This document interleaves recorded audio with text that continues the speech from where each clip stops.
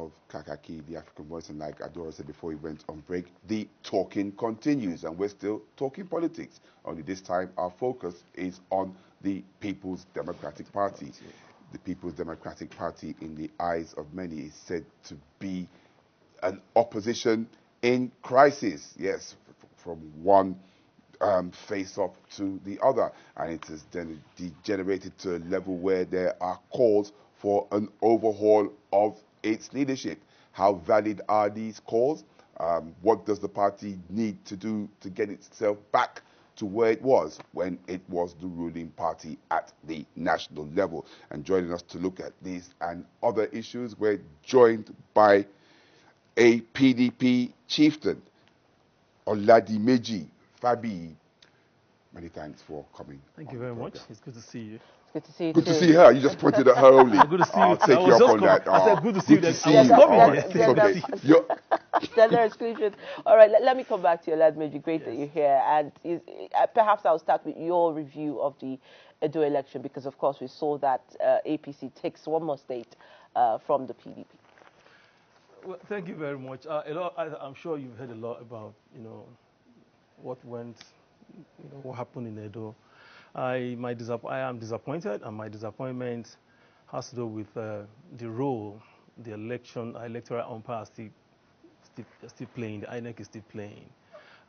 Yes, I think both parties, all the parties, must have done their homework very well, but the umpire is expected to do what everybody will be seen to be fair, to be credible. Unfortunately, we missed that again in Edo, and then it's not good for this country. It's not good for democracy. Nigeria is going through a lot now, and then if we couldn't get our political engagement right, then I'm sorry, the country may continue to sink further. Okay, so I am disappointed in everything. Let's zero in on the PDP, that, yes. Because it's been said by many that the ability for the APC to actually take the state away from the PDP by whatever means people want to allege is a sign again of the fragility that the PDP finds itself in. See, let me tell you something. I don't blame APC. I blame PDP. I am lucky to start with the party barely a year it was founded, and at a place where decisions about the party were being made, where decisions about the country were being made. So I understood all of these trajectories. So let me just give you this quick analysis. PDP has been lucky to achieve some level of success, or successes, if there's something like that. But they have failed in managing those successes. Again, as they're experiencing right now, they're experiencing failures. Still, they couldn't manage those failures. Does that say anything to you? That is PDP as it is. It means that if you cannot manage both success and failure, something is fundamentally wrong with you. And what are these fundamental problems you have? This is exactly what PDP has not been able to sit down and look into, analyze, and resolve. But I will help them today. The problem of PDP is not about structure, because if you tell me about structure, PDP has structure. One of the best structures any political party can have anywhere in the world. I was there. The organs of the party functioning, from Board of Trustee, from NEC, from National Convention to Board of Trustee, to NEC, Board of Trustee, NWC, Zonal Working Congress, State Work, and all that. Structure. It's not about structure. The problem of PDP is not structure. It's not about administration. It's not about finance. It's not about management of youth and women affairs. It's not about organization. And when you leave those internal items I just mentioned, you go on the outside. It's not PDP in the past were able to manage its external relationship. There was a time in this country that PDP formed a national government of national unity, where you have the AD, you have the APP joining PDP government. There were times when PDP had its internal democracy well managed. Discipline was being controlled. There was respect for party constitution. And all of these values were responsible for the success the party achieved at that. Why did you deviate? The moment we deviated, the party deviated from all those values, it began to run into trouble. How did it deviate? They deviated because we have the problem of what I call human factor. Okay. Human factor in the sense that there's this struggle for control, this struggle for power. Yeah, it's not out of place to struggle for control in any political setting. But it mustn't be to the extent that it will shake the foundation of the party. It will finish the existence of that party. And that's exactly what is going on in PDP as we speak. So the moment the party deviated from all of these ideals, discipline, respect for constitution, internal democracy, supremacy of the party missed the point. And up to this moment, they've not been able to sit down and look at themselves in the face, the so-called leaders, and talk and say the truth, talk to themselves. This is the problem. And that is why it has generated to this level. That somebody will think he has so much money, he has so much resources, and he wants to control everything. And we are going to ask them fundamental questions today before I leave this program. So they'll be able to tell us. This is where the PDP has missed it. Even before it became money-back politics. All this is started brewing up. So how did we get there? That is the question. The National Executive Committee meeting was scheduled for September 26. It's now been moved to October 24. And, before that, we've seen some level of intrigues, conversation from the Integrity Group, talking about ousting the Damagum-led leadership. In terms of harmonizing and building peace within the PDP, on one side, the BOT is suing for peace. Let us be, principled. Let us bring the value of, sportsmanship and build the PDP back to where it is. On the other hand, you also see a dimension where there is a need, almost a desperation, to ensure that the Damagum-led leadership lives at all costs. How do you bridge the two gaps? So this is exactly what we're saying. Is this struggle for power unnecessarily? How can you tell me a governor that has served his 8 years and are left, still want to control the structure of the party in the state, still want to control the government that just came in, is an aberration. It's not done anywhere. And that is why the BOT, the Board of Trustees, who are supposed to be the conscience of the party, quite a number of them cannot even come out and talk. How many of them have you seen talk? We are going to challenge them. We will ask them. And this question is going to go to the former Vice President Atiku Abubakar, the BOT chairman, and all other BOT members, and including the governors, and those who are referred to as stakeholders of the party. Where do they want to leave this party? Where do they hope to see this party in the next 10 years, whether they are still alive or not? They should tell us where they want to see. Was this how they met the party? So where do they want to leave this party in the next 10 years, whether they are alive or not? And again, I'm going to pose a question to Minister Wike, who is a dramatic person in all of this. See, for us, the younger generation in the party, we will not allow anyone that the party has brought to the level they had, now the level of prominence, influence, and power, to mortgage our own future. It is not going to happen. So my question to Governor Wike, if he's listening to me, and his supporters, is that all this struggle for control, national structure, state structure, local government structure, it is for who? Who is it for? What's it for? Is it for himself for 2027? He should come out and tell us. Or is it for somebody else? So that we can know where he stands. It's the question. When he's having his next media chat, he should Damagum Fabiyi is asking him today. I just posed this question to the other leaders. I'm asking him too. All this struggle for control. I want to control. What is it for? I'm sure he cannot be governor again. He cannot be, and if he wants to be senator, he doesn't have to control the entire national structure. So is it for him? He doesn't want to be president in 2027 as the PDP member. He's been a good ambassador of the PDP, the APC. We granted. He should tell us. In his next media chat, he should let us know where he stands. So that this confusion, this deliberate confusion, this deliberate crisis will stop. We will not allow them to mortgage the future of younger generation in this party and the youth. Now, there's a school of thought that says that the crisis rocking the PDP, and probably at different levels in different parties rocking them, is as a result of absence of ideology. That all of you don't come together to really stand for anything, but rather what you can gain. It's not just the PDP. The allegations are leveled against all political parties, that there's nothing that unifies you as an ideology, that what you all stand for, that everybody's just out for individual gains. What do you make of that? It's a big challenge. That's the issue. Do you understand? If not because the Constitution provided the Constitution says that if you resign from your party, for instance, the National Assembly, you lose your seat. Yeah. All right. But you find out that in the National Assembly, if an APC guy resigns, so a PDP guy resigns and joins APC, it's not going to work. Nobody's going to. But let a PDP guy resigns, before you see it, is out.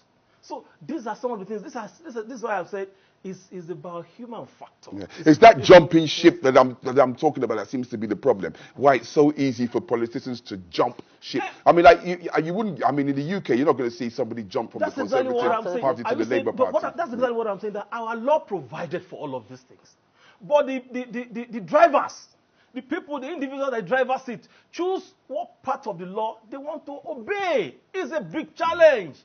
It's a big challenge. Look at what is happening in PDP. And that's why yesterday, I made a release and I advised the acting national chairman of the PDP, Ambassador Damagum, the man I respect so much.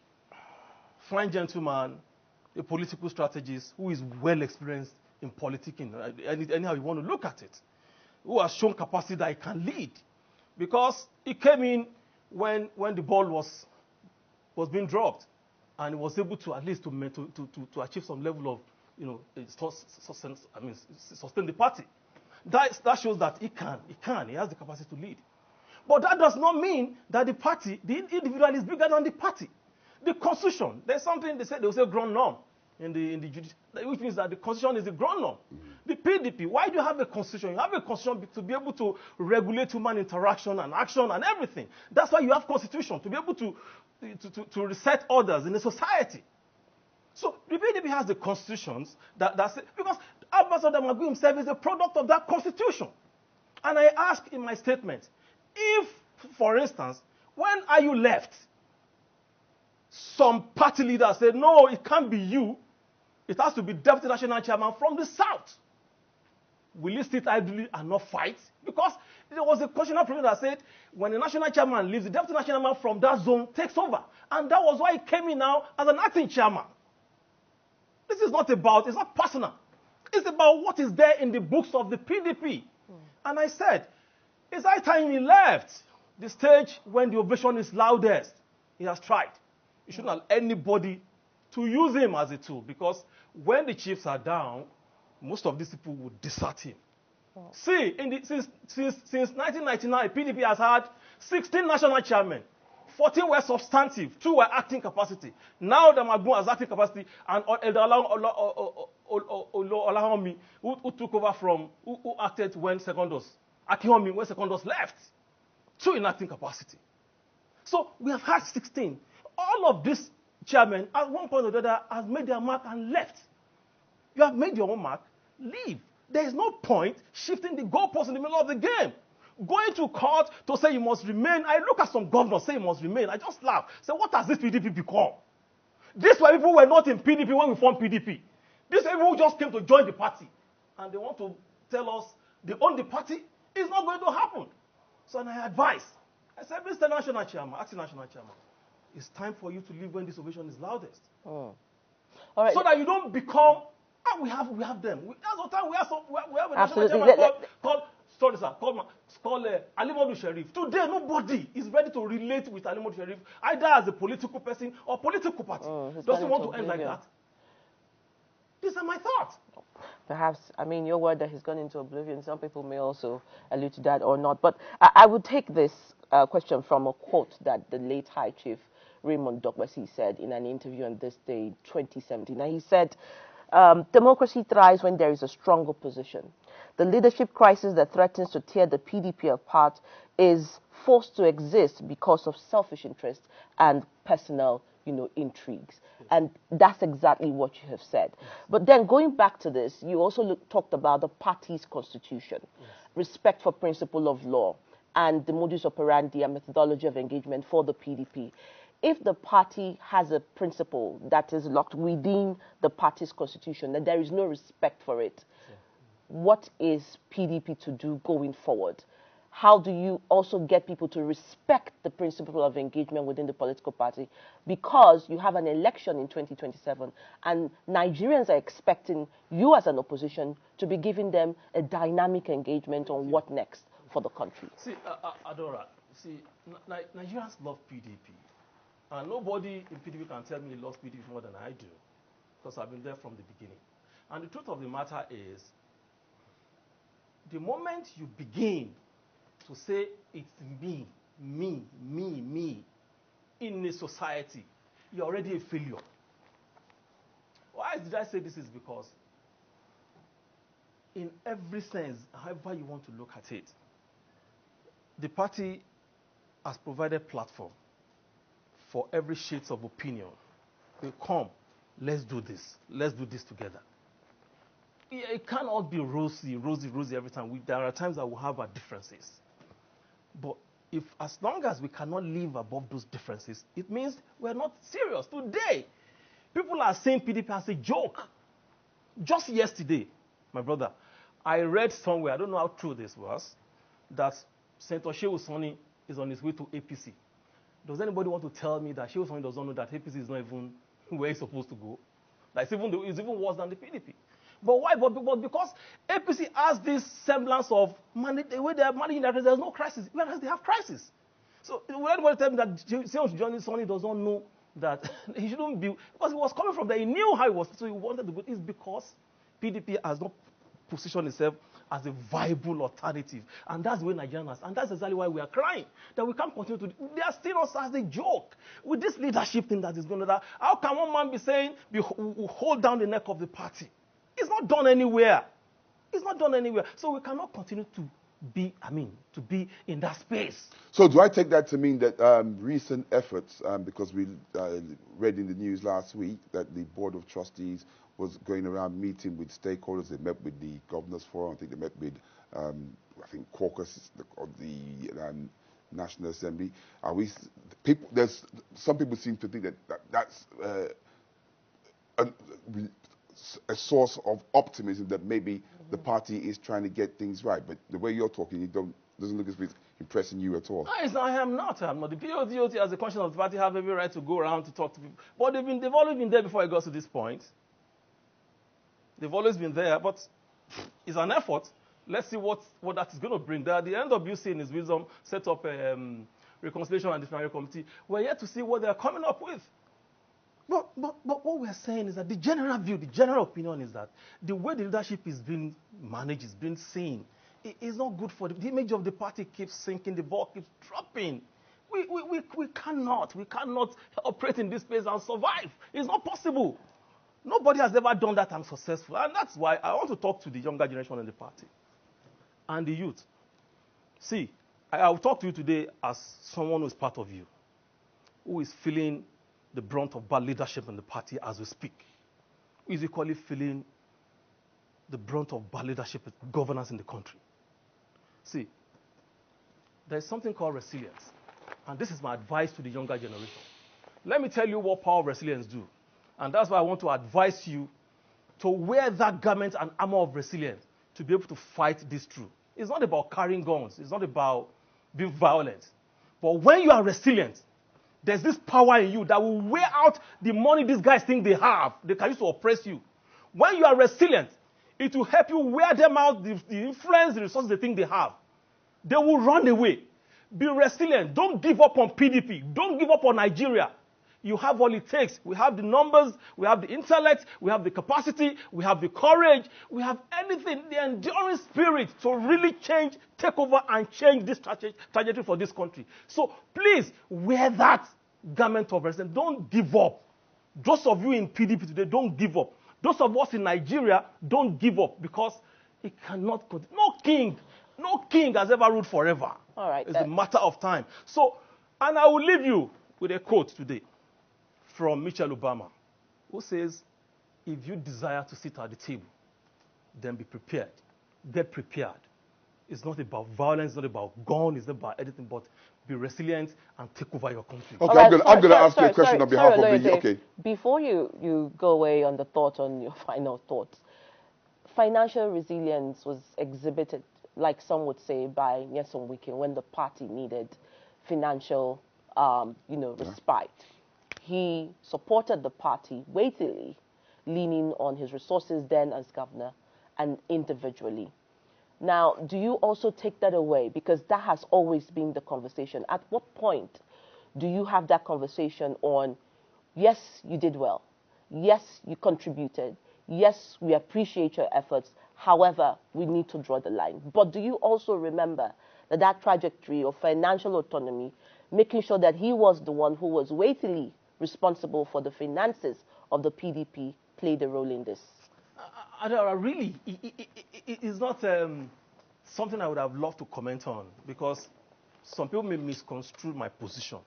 But let me tell you, as somebody who started with the party, some people from the scratch sponsored PDP and made it a bride for everybody, including Governor Wike and the likes.